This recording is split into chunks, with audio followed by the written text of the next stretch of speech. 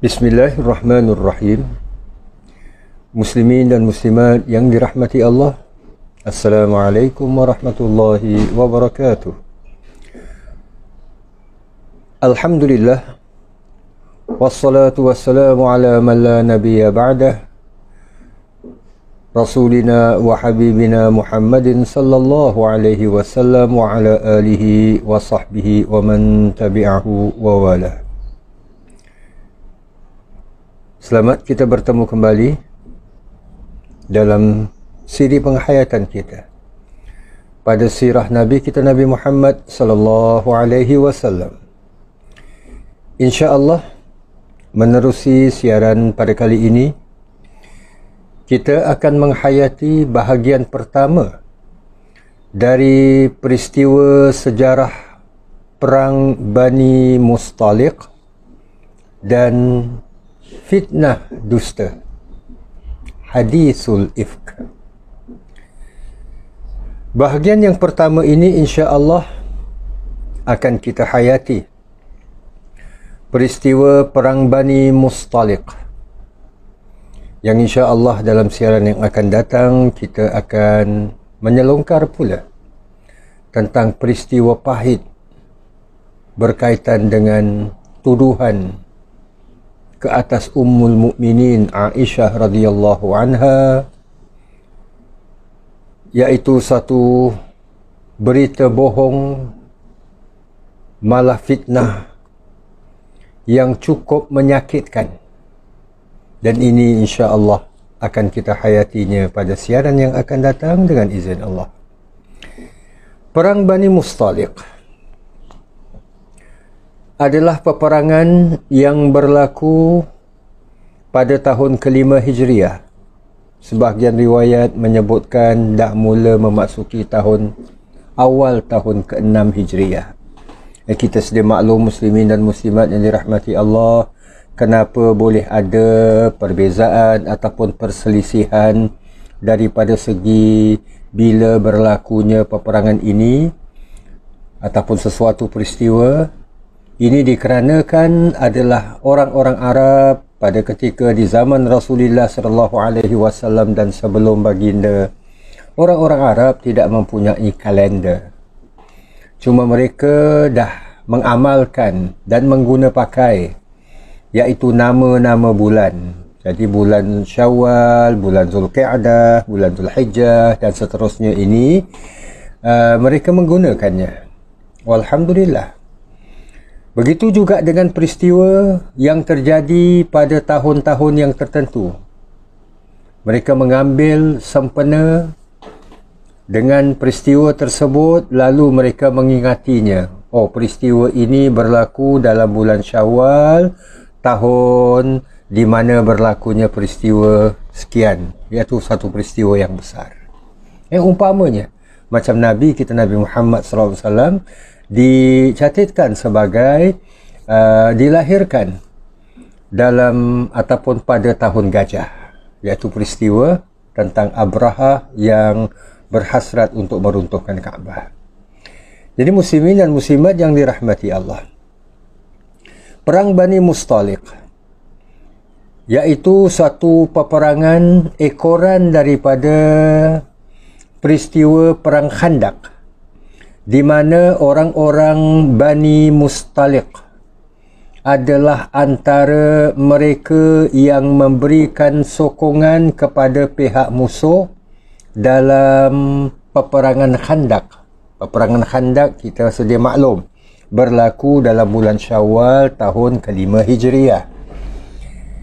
Maka orang-orang Bani Mustalik ini yang tinggal tidak jauh daripada satu kawasan yang boleh dikatakan agak jauh daripada perkampungan yang lain, iaitu di kawasan Al-Muraisi'. Sebab itu peperangan ini juga dinamakan oleh sebahagian kitab sejarah sebagai peperangan Al-Muraisi', berdasarkan kepada nama tempat. Kembali ke Bani Mustalik ini, di mana mereka ini menerusi rajah yang dipaparkan. Di sinilah terdapatnya lokasi penempatan kabilah Bani Mustalik. Orang-orang Bani Mustalik ini sejak daripada awal, sejak daripada sebelum hijrahnya Nabi SAW, mereka mempunyai hubungan yang begitu baik, yang begitu erat dengan kabilah Aus dan Khazraj. Namun apabila orang-orang daripada kabilah Aus dan Khazraj, orang-orang Madinah ini, mereka memberi sokongan dan kebanyakan mereka memeluk Islam, maka kemesraan, hubungan yang begitu erat antara orang-orang Bani Mustalik dengan orang-orang Aus serta Khazraj mula renggang, bahkan mula terputus. Itu yang antara lain menyebabkan mereka ini, orang-orang Bani Mustalik ini, memberi sokongan kepada pihak musuh untuk bersama-sama menyerang orang-orang Islam di Madinah, termasuklah sahabat mereka yang dulu dari kabilah Aus dan Khazraj. Kita selongkar muslimin dan muslimat yang dirahmati Allah daripada sudut sejarah. Rasulullah SAW mendapat informasi bahawa pemimpin Bani Mustalik, iaitu Al-Harith bin Abu Dhirar, ia merancang untuk memerangi kaum muslimin sebab mereka melihat kegagalan tentera Al-Ahzab dalam peperangan Khandaq ini, membuatkan mereka, iaitu orang-orang Bani Mustalik ini, mungkin ada ruang dan peluang untuk menyerang tentera muslimin di Al-Madinah Al-Munawwarah secara senyap-senyap, secara sendirian. Maka apabila mendapat informasi ini yang diajarkan oleh Islam, dan Nabi kita menjadi contoh tauladannya, di mana baginda SAW bagi memastikan benar atau tidaknya informasi yang diterima ini, maka baginda SAW mengutuskan Buraidah bin Al-Husayb Al-Aslami, seorang sahabat, untuk memastikan, merisik benar atau tidaknya informasi yang diterima, iaitu adanya persiapan-persiapan orang-orang Bani Mustalik ini untuk berperang orang-orang Islam. Maka bila dah dikenal pasti benarnya informasi yang baginda SAW terima, maka baginda dan para sahabat berangkat menuju ke penempatan ataupun perkampungan mereka di Al-Muraisi'. Dan turut sama dalam rombongan ini adalah orang-orang munafik, iaitu mereka yang menunjukkan permusuhan terhadap Islam, namun secara zahirnya mereka menampakkan kebaikan dan kemesraan mereka, tapi dalam diri mereka, dalam hati mereka, dalam benak dan minda fikiran mereka, mereka ini begitu memusuhi orang-orang Islam. Dalam peperangan ini, muslimin dan muslimat yang dirahmati Allah, tentera Islam mencapai kemenangan. Caranya bagaimana ya? Bagaimana tentera Islam boleh mencapai kemenangan? Kita sedia maklum. Macam disebutkan tadi, orang-orang kabilah Bani Mustalik ini, mereka tinggal di suatu daerah yang agak terasing daripada lain perkampungan. Jadi ini memudahkan tentera muslimin bila mana datang terus kepung kawasan mereka. kepung kawasan mereka dan diberikan kata dua kepada para pemimpin Bani Mustalik ini. Namun ada juga percubaan untuk mematahkan pengepungan itu, di mana sebahagian ataupun segelintir ada beberapa orang daripada kalangan orang-orang Bani Mustalik ini cuba memerangi para sahabat. Dalam sebuah riwayat oleh Imam Bukhari dan Muslim yang mana memberikan gambaran Rasulullah sallallahu alaihi wasallam menyerang Bani Mustalik secara mendadak saat mereka sedang lalai, sementara haiwan ternakan sedang diberi minum. Maknanya mereka ini menjalani kehidupan hari-harian seperti biasa dan mereka tidak menjangkakan kedatangan tentera muslimin. Sehinggalah pasukan mereka terbunuh dan keluarga mereka ditahan. Yang terbunuh tu pun hanya beberapa, dan ini pula dikaitkan apabila mereka ini cuba menentang orang-orang Islam. Muslimin dan muslimat yang dirahmati Allah, Rasulullah bertindak iaitu kepung dan akhirnya menawan orang-orang Bani Mustalik ini. Dan di antara mereka yang tertawan itu adalah seorang wanita.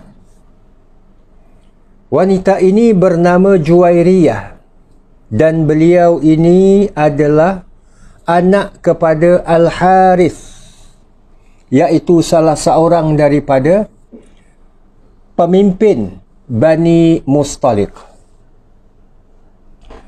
Maka muslimin dan muslimat yang dirahmati Allah, daripada awal lagi telah pun kita sama-sama sedia maklum bahawa Nabi SAW contoh tauladan kepada kita, seorang Nabi yang tidak bertindak, yang tidak berkata ikut maaf cakap sesuka hati baginda, tapi sebaliknya ia mengandungi wahyu yang Allah wahyukan kepada baginda sallallahu alaihi wasallam.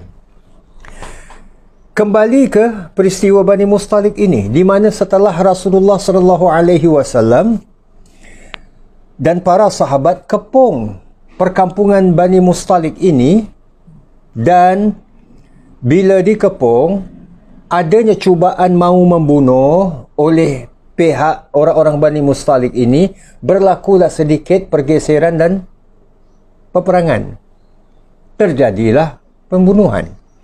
Maka apa yang hendak kita lihat di sini adalah kebiasaannya bila mana-mana pasukan ataupun mana-mana kumpulan yang berjaya dikepung dan berjaya dikalahkan, mereka khususnya bila ditawan, maka apa yang boleh orang-orang yang ditawan ini lakukan? Pertamanya, mereka perlu mengeluarkan biaya untuk menebus diri mereka. Kedua, jika tidak mampu, mereka perlu mengikat janji untuk berkhidmat kepada orang yang menawan mereka.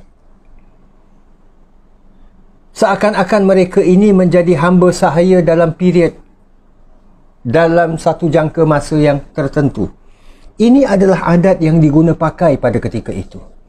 Maka Rasulullah SAW bila mendapati, ini hikmah Nabi, ini kita perhatikan, bila Nabi SAW menyedari orang-orang Bani Mustalik ini bukanlah satu kabilah yang kaya raya. Mereka tinggal di daerah yang terpencil. Kalau istilah orang kita ni, orang dusun. Contohnya sajalah, di perkampungan dalaman. Jadi mereka ini bukanlah orang yang banyak harta. Bagaimana mereka nak menebus diri mereka apabila mereka ini ditawan? Maka dengan itulah Macam tadi disebutkan ya, Nabi kita bila mana buat sesuatu bukan atas kehendak baginda, sesuka hati baginda. Banyak apa yang baginda lakukan adalah untuk tujuan dakwah dan tujuan agama Allah ini. Maka antara mereka yang tertawan ini ataupun ditawan ini adalah seorang putri. Walaupun namanya disebut putri, anak perempuan Al-Haris, salah seorang pemimpin Bani Mustalik ini, tapi beliau ini merupakan seorang wanita janda. Maka Nabi SAW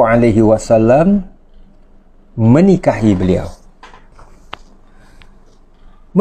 beliau. Dan tujuan Nabi menikahi Juwairiyah ini antara lain sebagai langkah meluaskan jaringan dakwah, agar dengan pernikahan ini kaum Bani Mustalik menerima Islam.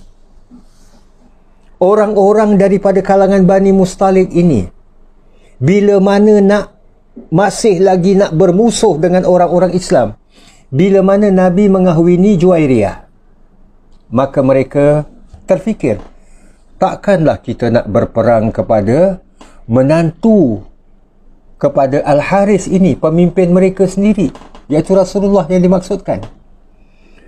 Dan Muhammad ini pula dah jadi sebagai antara kaum kerabat kita apabila beliau menikahi Juwairiyah. Jadi takkanlah kita ni nak berperang, nak bermusuhan dengan kaum kerabat kita sendiri. So ini yang dimaksudkan. Baginda meluaskan jaringan dakwah, mengikat persahabatan, malah keakraban.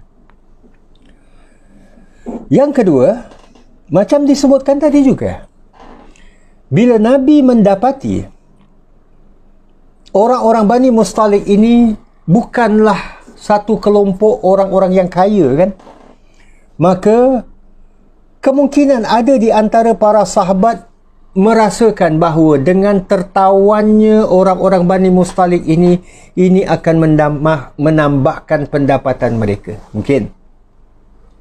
Yalah. Orang-orang ini perlu menebus diri mereka dengan membayar sejumlah wang dan sebagainya. Maka dengan yang demikian, Rasulullah bila menikahi Juwairiyah, ia sekaligus menggalakkan para sahabat untuk membebaskan tawanan perang. Bebaskan. Sebab tawanan perang ini adalah kerabat Rasulullah SAW menerusi pernikahan baginda dengan Juwairiyah. Kita lihat bijaknya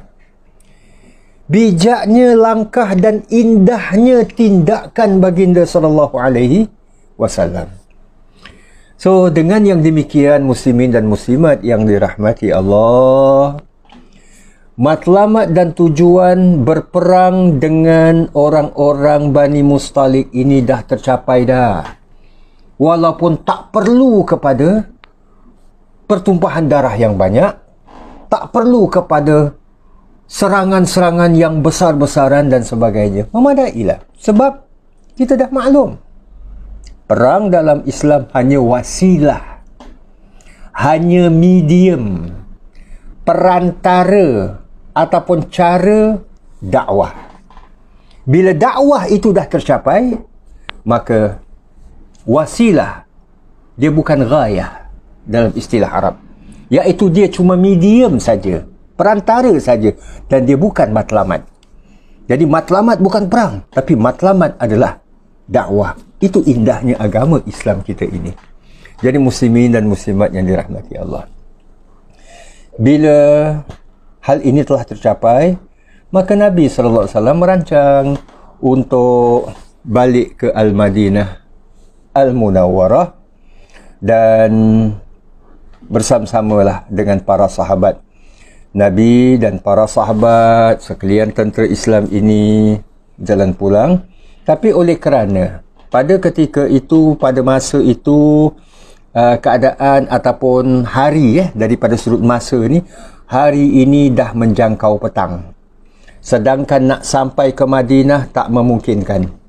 Jadi, maka Nabi SAW bila sampai ke satu kawasan yang lapang, berdekatan pula dengan adanya oasis mata air Al-Muraisi', Nabi mengajak para sahabat, ya marilah kita dirikan kemah sementara untuk kita bermalam di kawasan Al-Muraisi'.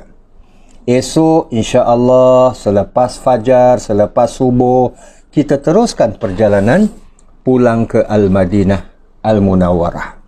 Jadi malam tersebut, dalam perjalanan itu, Nabi SAW mengajak para sahabat bermalam di kawasan Al-Muraisi'. Jadi benalah yang dapat membangunkan kemah-kemah sementara. Kalau tidak pun tak perlu ini kemah, tinggal bentangkan apa yang mereka bawa, alas sedikit dan sebagainya, bermalamlah untuk melepaskan keletihan berjalan jauh dan sebagainya. Muslimin dan muslimat yang dirahmati Allah, Maha Suci Allah, sesuatu yang tidak diingini berlaku, iaitu satu fitnah yang mana akhirnya dilihat dan didapati bahawa fitnah ini yang ditimbulkan oleh orang-orang munafik ini bertujuan adalah untuk memecah belahkan perpaduan dan ukhuwah persaudaraan masyarakat Islam, khususnya orang-orang Muhajirin dan Ansar yang Nabi satukan para sahabat ini sejak daripada hari-hari pertama Nabi tiba di Al-Madinah Al-Munawwarah. Peristiwa ni bila? Tahun kelima. Maknanya dalam jangka masa 5 tahun pun masih ada usaha yang terus-terusan dibuat oleh orang-orang munafik untuk memecah belahkan orang-orang Islam. Fitnah ini, muslimin dan muslimat yang dirahmati Allah, terjadi berpunca daripada pergeseran dalam merebut air, di mana ada sahabat daripada kalangan Ansar dan pembantu Saidina Umar daripada kalangan Muhajirin sedang nak menimba air dari mata air Al-Muraisi' yang disebutkan tadi. Bila nak, ibarat macam nak timba air itu, mereka bergeser. Dengan setiap mereka ni menyatakan, aku datang dulu, aku yang patut ambil dulu. Yang satu lagi tak, aku yang datang dulu. Jadi kedua-dua mereka ini pembantu kepada salah seorang kaum Ansar dan pembantu kepada Saidina Umar berebut-rebut nak ambil air. Jadi hal ini, muslimin dan muslimat yang dirahmati Allah, dilihat oleh Abdullah bin Ubay. Siapa Abdullah bin Ubay? Dia adalah ketua orang-orang munafik. Ketua orang-orang munafik. Di mana bila dia nampak kejadian ini nampaknya ibarat kalau istilah orang kita ni, macam seseorang yang kita beri tumpang kat rumah kita.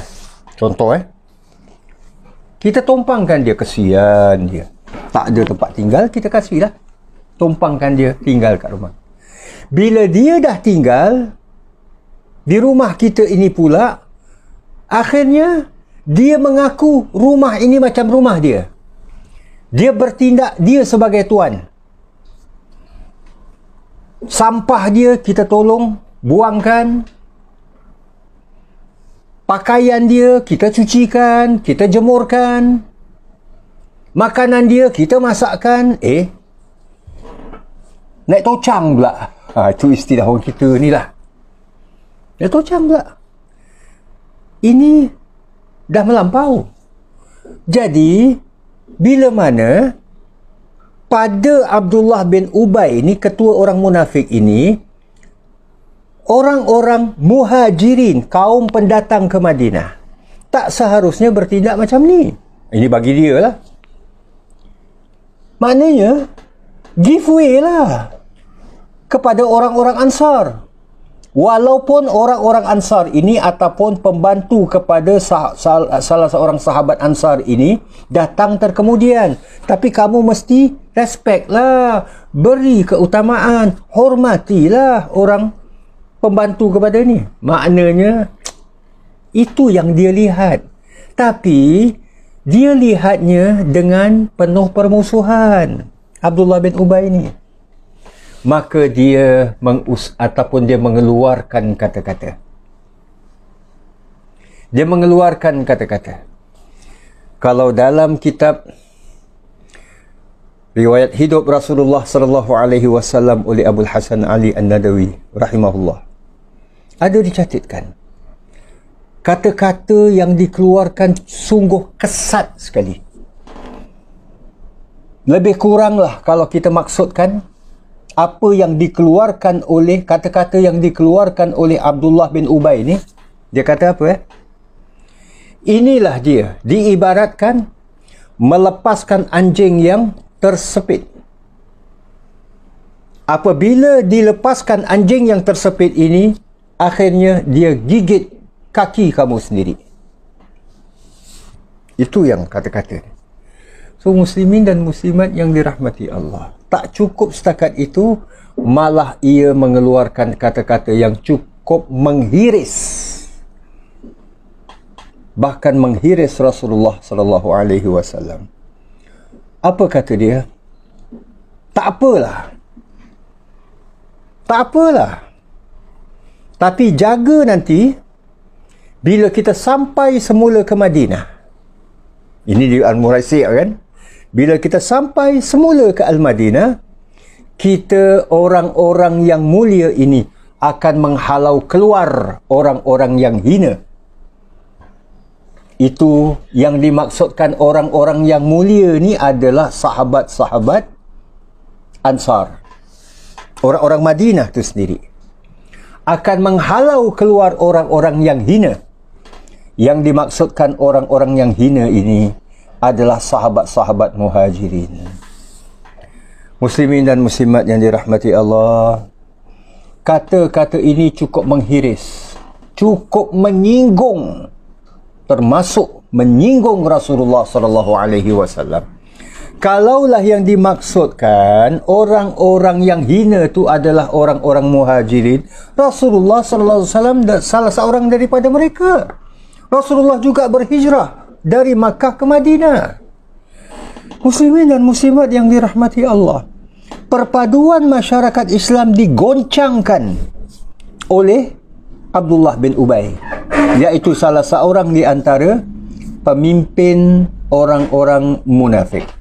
Muslimin dan muslimat yang dirahmati Allah, kata-katanya ini diabadikan oleh Al-Quran. Bila kita tinjau dalam Al-Quran kan ada surah Al-Munafiqun, orang-orang munafik. Pada ayat yang ke-8, mungkin kita ambil potongan yang diperlukan saja. Allah berfirman, A'udzu billahi minasyaitonir rajim. Yaquluna la irraja'na ilal madinati la yukhrijannal a'azzu minhal azal. Mereka berkata, yaqulun, mereka yang dimaksudkan di sini adalah orang-orang munafik ini. La irraja'na ilal madinah, jika sekiranya kita kembali, iaitu bila mana kita ni kembali ke Al-Madinah Al-Munawwarah, la yukhrijannal a'azzu minhal azal, pasti atau sudah tentu orang-orang yang mulia lagi kuat, iaitu yang dimaksudkan adalah sahabat-sahabat asal Madinah, orang-orang Ansar, akan la yukhrijanna, akan menghalau keluar. Menghalau keluar. Siapa yang dihalau keluar? Al-azal, iaitu orang-orang yang lemah lagi hina. Yang dimaksudkan adalah orang-orang Muhajirin. Nabi tersinggung dengan kata-kata yang kesat seperti ini. Akhirnya Nabi membuat keputusan. kita batalkan rancangan kita bermalam di Al-Muraisi' ini. Masing-masing kita kemas kemah-kemah yang dah dibangunkan ataupun sedang dibangunkan sementara ini, maka tak perlu lagi. Mari kita berjalan terus, bergerak terus dari Al-Muraisi' ini menuju ke Al-Madinah Al-Munawwarah. Maknanya, kita akan menempuh perjalanan sepanjang malam untuk sampai di Al-Madinah Al-Munawwarah. Sebab jangkanya kebiasaan perjalanan di situ dari Al-Muraisi' sampai ke Al-Madinah Al-Munawwarah dijangkakan akan tiba di Al-Madinah pada dini hari ataupun selewat-lewatnya pada awal fajar. Itu dijangkakan di Al-Madinah Al-Munawwarah. Jadi Rasulullah sallallahu alaihi wasallam memerintahkan demi nak mengelakkan daripada kata-kata seumpama ini semakin menular, semakin memecah belahkan perpaduan dan ukhuwah orang-orang Islam, maka bergeraklah. Tinggalkan kawasan Al-Muraisi' ini. Dalam pada itu muslimin dan muslimat yang dirahmati Allah, Nabi SAW tidak menyedari bahawa isteri baginda yang menyertai rombongan ini, iaitu Ummul Mukminin Aisyah radhiyallahu anha, tertinggal. Nabi tidak menyedari.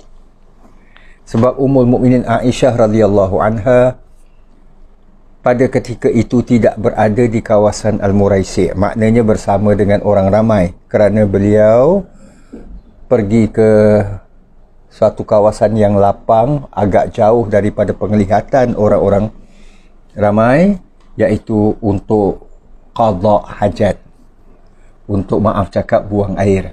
Dan ini insya-Allah akan kita sentuh dalam bahagian yang kedua daripada siaran ataupun daripada tajuk yang berkaitan dengan peperangan Bani Mustalik dan hadis ifk ataupun fitnah dusta. InsyaAllah bahagian fitnah dusta ini, hadisul ifk ini, akan sama-sama kita hayatinya dalam siaran yang akan datang dengan izin Allah Subhanahu wa taala. Terima kasih muslimin dan muslimat yang dirahmati Allah atas kesudian dan sokongan para jamaah. InsyaAllah kita bertemu kembali dalam siaran yang akan datang, insya-Allah. Aqulu qawli hadza wa astaghfirullahal azim li wa lakum wa lisairil muslimin. Wassalamu alaikum warahmatullahi wabarakatuh.